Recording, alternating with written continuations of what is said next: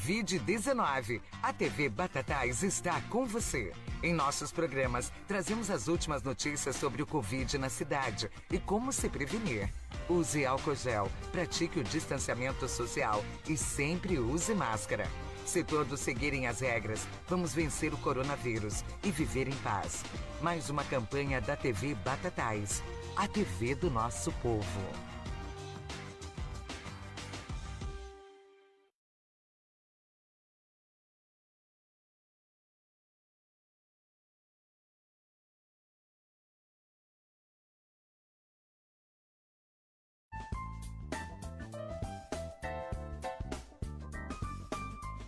Oi, gente, estamos aqui novamente com o nosso Café com Flávia e hoje a entrevista já é um conhecido de vocês, mas também muito amigo meu e de há um bom tempo.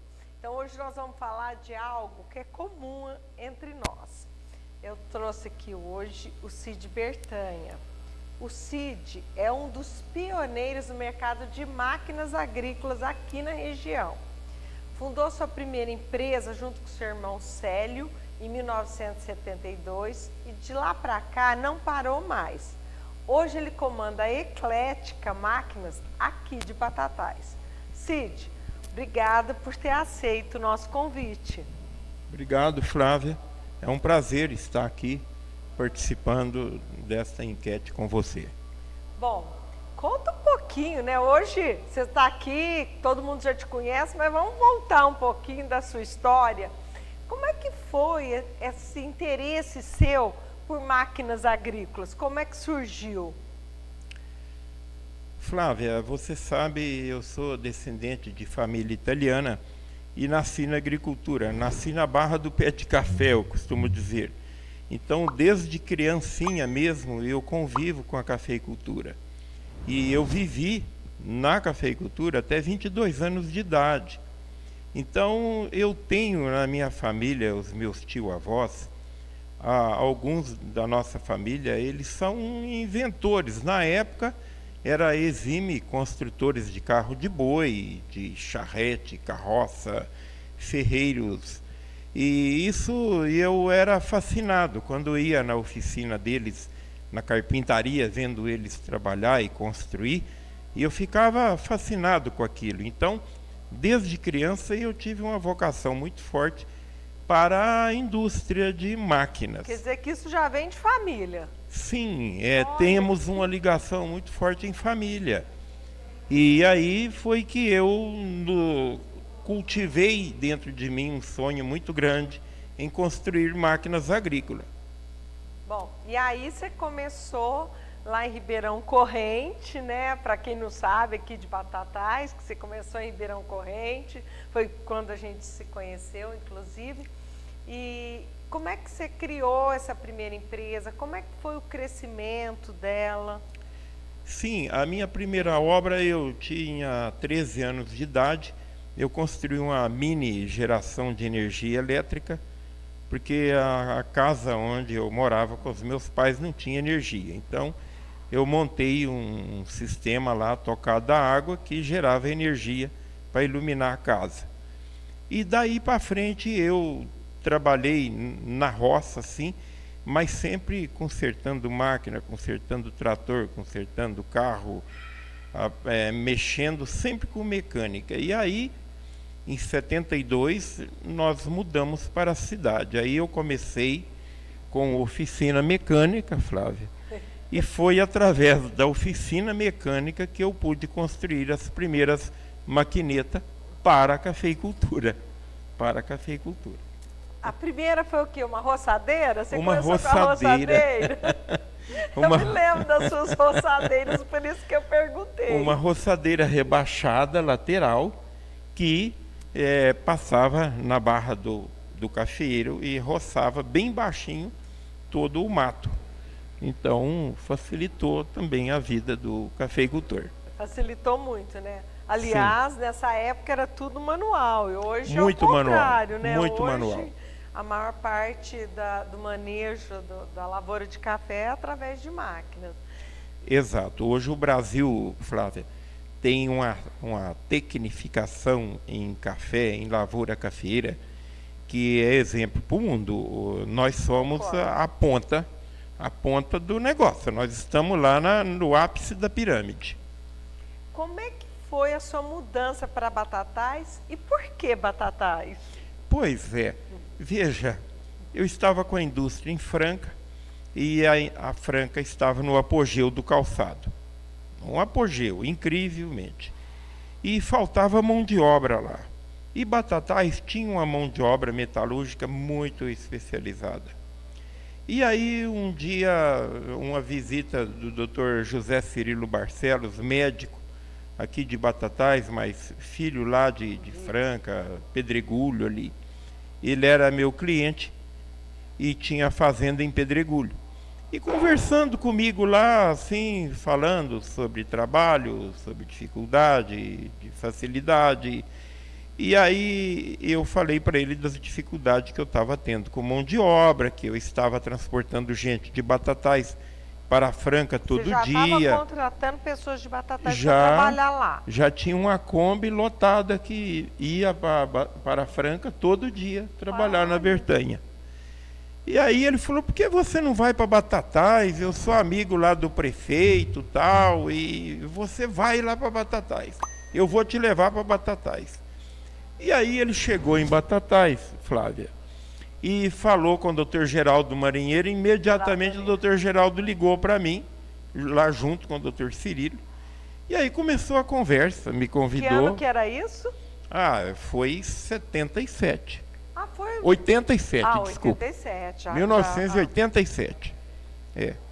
E aí eu tomei essa decisão de vir para Batatais e foi muito bom para nós. Bom, hoje você tem a Eclética. A Eclética é uma das empresas que nós temos e que nós demos ênfase para o café.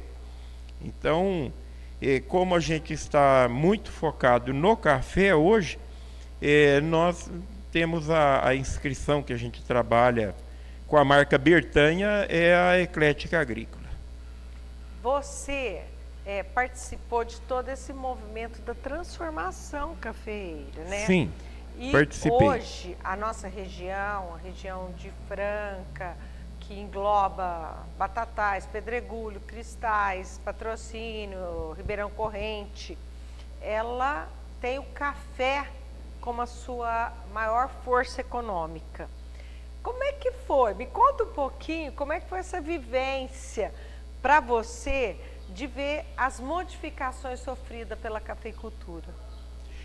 Então, veja, a nossa região foi muito assim concorrida pela indústria canavieira, né, Flávia? Você veja que Batatais, eu faço questão aqui de contar uma história. Quando eu cheguei em Franca, em 72, 73, eu saía de Franca para vir a Ribeirão Preto, atrás de Peças, e vinha olhando lavouras de café de Franca a Ribeirão Preto, Flávia.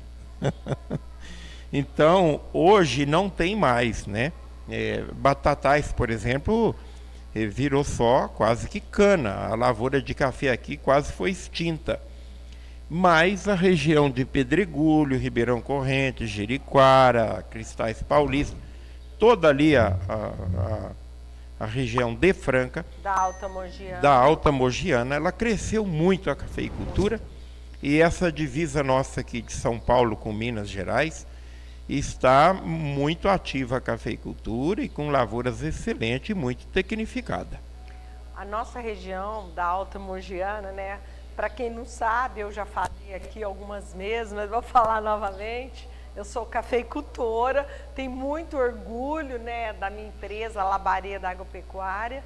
E a gente foi, inclusive, fundador da AMSC, que é a Associação de Cafés Especiais, né?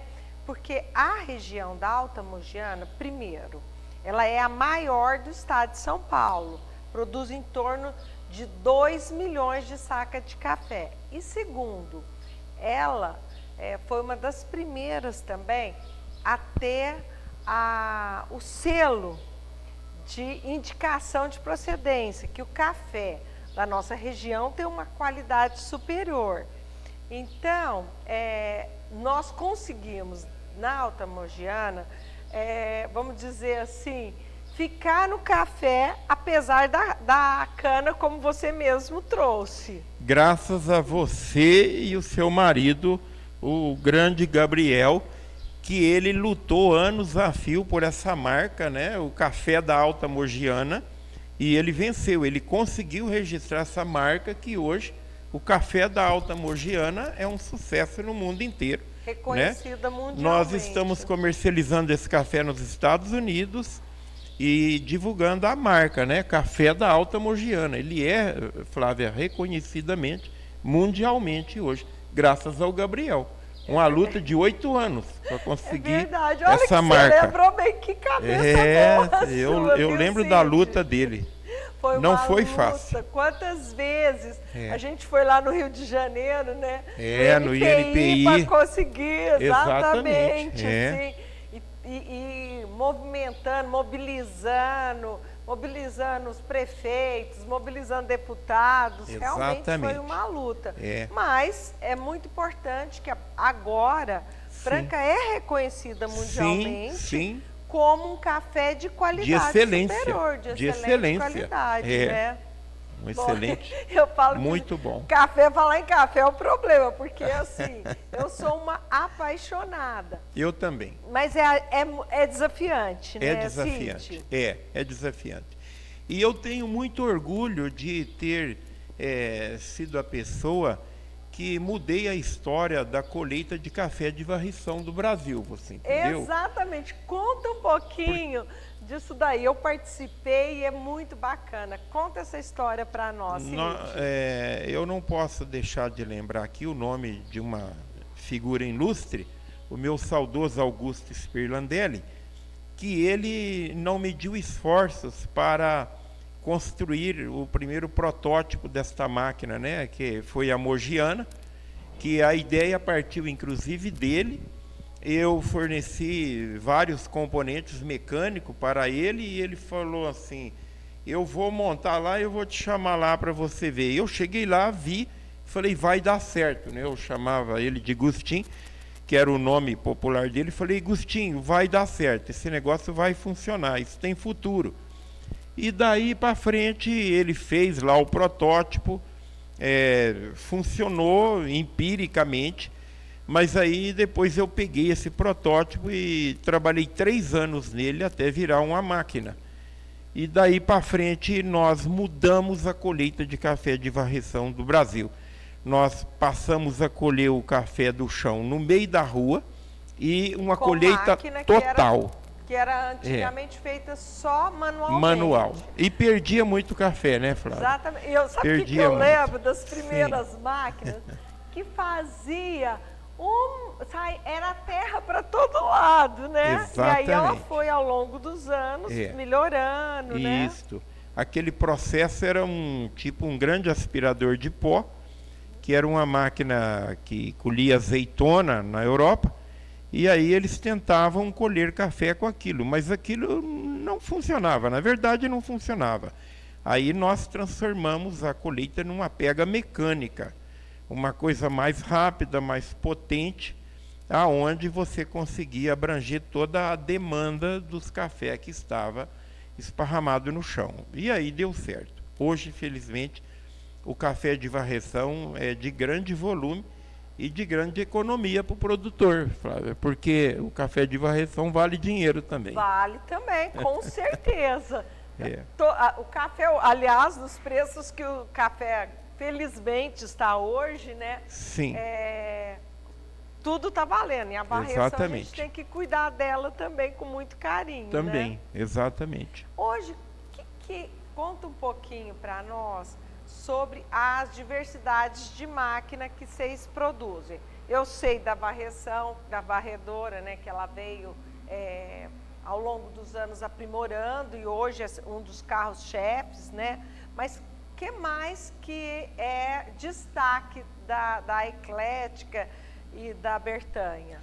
Então, sobre a recolhedora de colher o café do chão, nós inclusive estas semanas passadas aí nós fizemos uma demonstração lá para vocês, Porque Não, da máquina nova, a rampa turbo, que nós chamamos, que é a última geração da máquina.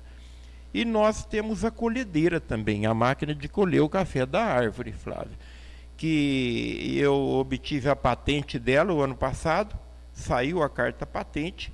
É uma máquina diferenciada. E eu costumo dizer que se tiver uma máquina que colhe igual a ela, eu dou ela por R$1. Ó, quais são, então conta para nós, hein? Quais são os Sim, diferenciais? ela é a única que tem os derriçadores assimétricos, que nós chamamos. Ele é desencontrado. Então, o processo dela tirar o café da árvore, ela não agride o pé de café em nada. Ela colhe o café sem prejudicar o pé do cafeeiro. Então, a colheita mecanizada, todos os especialistas, sempre os grandes cafeicultores, os renomados observadores, eles diziam: a colheita mecanizada é boa, mas ela estraga o pé de café. Eu lembro disso, muito Você bem. lembra, né? Então, a nossa máquina não estraga. A nossa máquina tira o café da árvore sem nenhum prejuízo do pé do cafeeiro.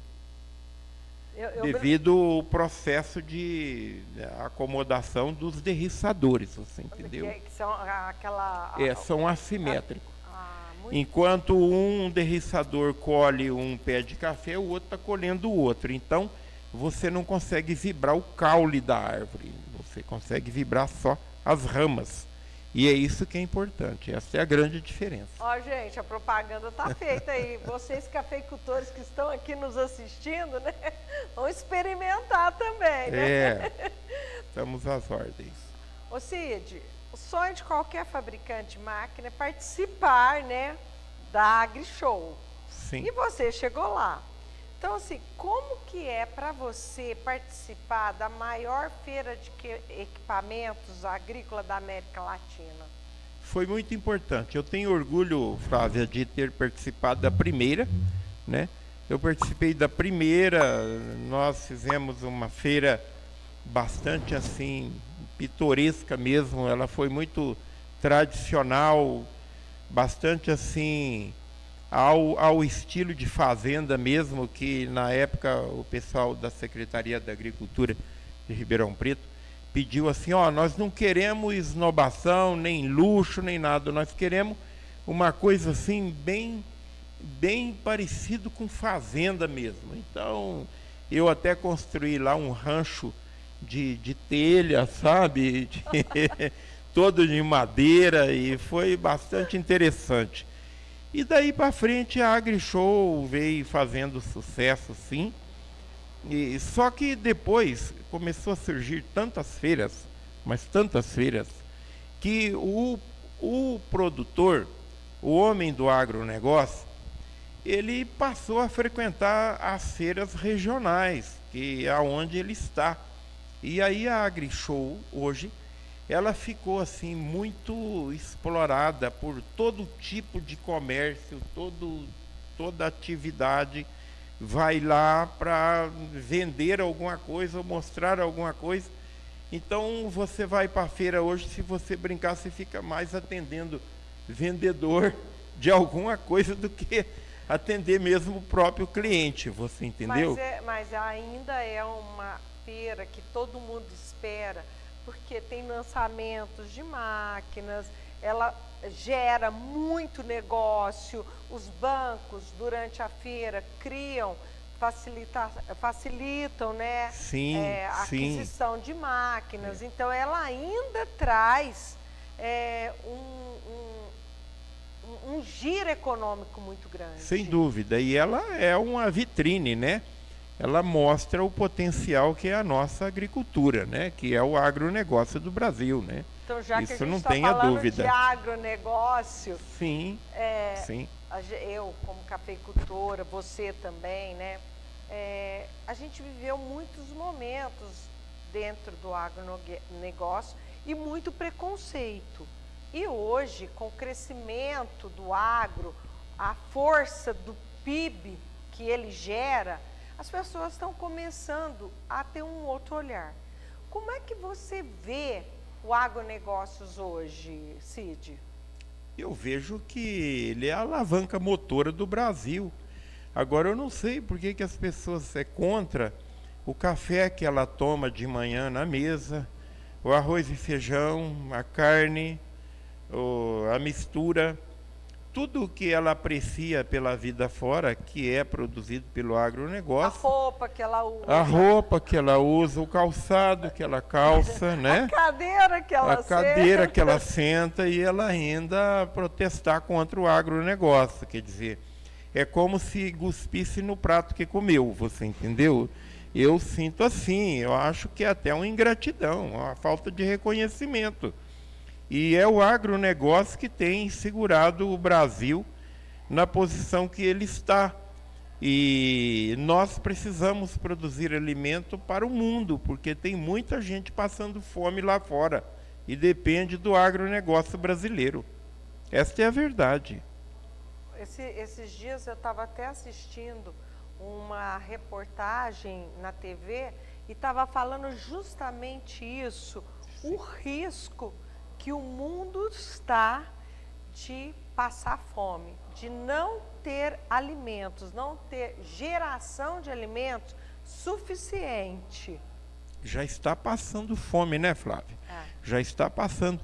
E o Brasil tem um compromisso em 2030 de produzir 600 milhões de toneladas de alimento, porque o mundo vai precisar. E está muito difícil nós chegar nessa meta. É uma meta ousada demais, porque tem muita gente puxando para trás, sabe, Flávia? Muita gente não querendo que isso aconteça, mas o mundo precisa que aconteça. Eu acho que as pessoas não têm a clareza, né? Porque, infelizmente, muitas vezes a própria mídia, ela mostra um outro lado. O agricultor, o agropecuarista, muitas vezes ele ainda é visto como explorador, sendo que é o contrário, é ele que produz o alimento. E eu, como uma cafeicultora e tenho uma tradição, estou na 4ª geração, meus filhos agora continuam, a gente sabe como é sofrido, né? Nossa, nem porque fala. As intempéries, a gente está sujeito, não é igual uma indústria, você que tem uma indústria, você sabe que Sim. você faz uma programação e ela vai acontecer. Exato. O agro não. Uma época chove muito, outra época é seca. Agora, por exemplo, nesse momento, nós acabamos de ter uma geada lá. Queimou muito, que nós já não vamos ter que não vai ter produção o ano que vem. Exatamente. Então, a vida do agropecuarista é muito sofrida. Muito sofrida. Mas as pessoas não têm esse olhar. Não tem consciência disso. Porque você trabalha num ambiente tempestivo, né? O agronegócio está sujeito à seca, a excesso de água, a chuva de pedra, a raios, a geada, a tempestades, a tudo que vem da natureza, né? E outra coisa, né? Nós não temos no Brasil ainda um seguro definitivo que assegura o agronegócio. Tem algum segurozinho aí, mas não é um seguro total, né, Flávia? Para a própria cafeicultura não tem. A gente vê para o milho, soja, arroz, feijão, então, mas para a própria cafeicultura não tem. Não tem. O HF também, que é aí a parte de verduras e legumes, né? Que ainda estão mais sujeitas, porque elas são mais delicadas. Mais vulneráveis ainda. É muito grave isso daí.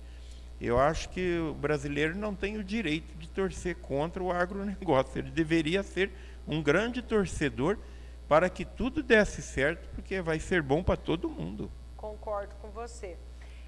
Como é que você sentiu a pandemia? Ela afetou alguma coisa nos seus negócios? Como é que está sendo esse momento para você, Cid? Afetou muito, né? O aço desapareceu do mercado e ele aumentou 3 vezes o valor, porque foi tão pavoroso, a mídia fez tanto alarde sobre isso, que as companhias siderúrgicas desativaram os fornos, os alto-fornos, e reduziram a produção do aço drasticamente, e aí veio faltar aço no mercado. Porque o presidente da República, o presidente Bolsonaro, quando ele aprovou, conseguiu, né, que o Congresso liberasse essa ajuda humanitária que ele distribuiu aí. Muita gente foi fazer as reformas nas casas deles, foi comprar o ferro, comprar o cimento, comprar o material para melhorar a residência dele, a moradia, e teve uma demanda enorme de aço aí, faltou aço na construção civil, faltou aço na construção da mecânica, da indústria mecânica, e nós, só agora, Flávio, que está começando a normalizar, mas os preços lá nas estratosferas. Uma das coisas que a gente pôde ver é justamente que as indústrias diminuíram a produção e a demanda, em geral, foi grande. Hoje tem uma falta, né? E, como você disse, igual próprio carro, próprios alimentos subindo muito de preço, né? Que é uma consequência da pandemia. Consequência da pandemia. Infelizmente, nós estamos aí numa iminência de melhorar, né, o estado psicológico aí sobre a pandemia, mas o estrago já foi feito. Então agora nós vamos ter que conviver com correr atrás do prejuízo, como diz, né? Exatamente. Bom, nosso tempo está até acabando, eu queria que você falasse. Como você vê o futuro do agronegócio na nossa região? Você acha que ainda tem espaço para crescimento? Tem espaço para crescimento, é sempre promissor o agronegócio. E eu digo assim, Flávio, se o governo não atrapalhar, já é o suficiente. Você entendeu? Porque o agronegócio caminha sozinho. Ele não precisa de interferências governamentais. Ele só precisa que o governo não meta a colher de pau no meio, o bedelho. Entendeu? Não crie empecilhos e deixe o agronegócio que ele vai por si. Bom, e antes da gente terminar, a gente estava aqui conversando, e aí eu vou trazer um pouquinho da questão do meu pai, que você conheceu muito bem, né? E você também é tão enfronhado nas questões políticas. Como é que você está vendo a política nesse momento? E claro, eu queria que você falasse um pouquinho também da visão que você tem do meu pai. Saudoso Dr. Lancha Filho, o prefeito ícone da cidade de Franca, o homem que mudou a história da indústria calçadista de Franca, porque a indústria de calçada até a administração Lancha Filho era uma indústria que não tinha reconhecimento. E ele criou o lanchão lá, ele fez a exposição, né? Criou a Francal, porque o nome Francal, que se acontece em São Paulo hoje, nasceu em Franca, acontecia em Franca, a Francal era em Franca, no governo Lancha Filho era em Franca. Então, deu um boom na indústria calçadista de Franca na administração Lancha Filho. Foi uma administração histórica de prefeitos da cidade de Franca, né? Ele foi o grande ícone da administração pública na cidade de Franca, o teu pai, viu? E você deve ter muito orgulho de ser filha do Dr. Lancha Filho. Muito. E por razões diversas, né? Sim. Coube a mim seguir ele na política. Com certeza, você é filha de um grande político, você teve a escola em casa e você tem tudo para ser uma grande deputada federal. É o que eu desejo que você seja, Flávia. E eu vou trabalhar para isso e torcer para isso. Tenho muito orgulho de ter você em Brasília representando a nossa região. Eu acho que todos nós devemos trabalhar para isso. Obrigada por esse apoio, por esse carinho inesperado, né? Você quase foi prefeita de Franca nessa eleição, né? Verdade. Poxa. Passei em primeiro para o segundo turno e depois teve uma porção de desafios, fake news, que infelizmente hoje a gente vive essas fake news e as pessoas acreditam em tantas invenções. Mas a gente tem que seguir em frente, né? Seguir em frente, sem dúvida. Ô Cid, mas você não foi prefeita, mas vai ser deputada. Se Deus quiser, vamos lá. E nós precisamos de você lá. Ai, precisamos nossa. muito mesmo. Emocionada lado aqui também. Eu queria te agradecer. Você é uma pessoa admirável. Eu sou sua admiradora há muitos anos. Muitos anos, não é porque a gente está aqui, não. Eu já te conheço há muito tempo, já estive com você em várias ocasiões. E a sua memória é fantástica. Você dá show em qualquer um. Estou aqui no nosso bate-papo. E você lembra de coisas que eu falo, nossa, estava aqui pensando, como é que você lembra de tudo isso, né? Então, assim, eu quero te agradecer muito. Foi um prazer enorme ter você aqui comigo para a gente poder bater um pouquinho esse papo, né? E falar um pouquinho mais de algo que nos une, que é a cafeicultura. Com certeza. Eu te agradeço também a oportunidade de estar aqui com você, porque eu só tenho boas memórias da sua história também. E você é uma aguerrida, uma lutadora, uma batalhadora, vencedora. E nós vamos trabalhar para você ser deputada federal. Essa é a minha torcida, tá? Estou lançando meu nome aqui, viu? Muito obrigado a todos os ouvintes da TV Batatais. E é um grande prazer estar aqui com a Flávia Lancha aqui nesse momento. Gente, muito obrigada. Até a próxima e com mais novidades, sempre informações e pessoas relevantes na nossa cidade aqui de Batatais.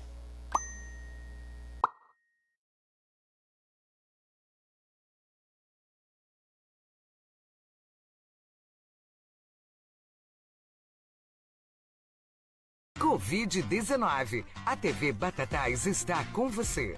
Em nossos programas, trazemos as últimas notícias sobre o Covid na cidade e como se prevenir.